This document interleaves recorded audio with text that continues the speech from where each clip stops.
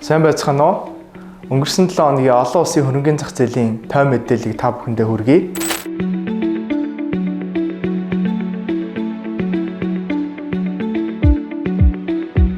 Өнгөрсөн 7 хоногийн 5 гарагт Америк нэгдсэн улсын хэрэглээний үнийн индекс зарлагдлаа.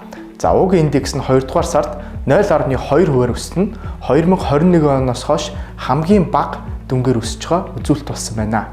За энэ нь Төв банкнд Америк нэгдсэн улсын инфляц буурч байгаа нааштай тохиог бол өгж байна.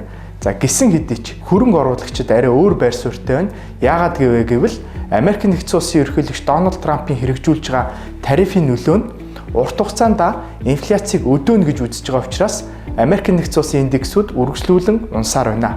Харин эсвэргээрээ бүгд найрамдах Хятад ард улсын зах зээл өсөлттэй байна. Учир нь бүгд найрамдах Хятад ард улсад инфляц 0.7%-аар буурсан үзүүлэлттэй гарсан байна.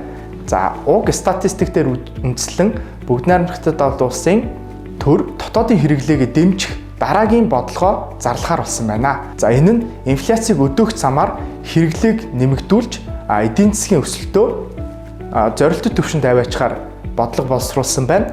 За үүний нөлөөгөөр бүгд найрамдах Хятад ард улсын дотоодын зах зээл болон Хонконгийн зах зээлүүд өндөр өсөлттэй байна. Та эдгээр болон бусад мэдээллийг авахыг хүсэх юм бол бидэнтэй холбогдоорой.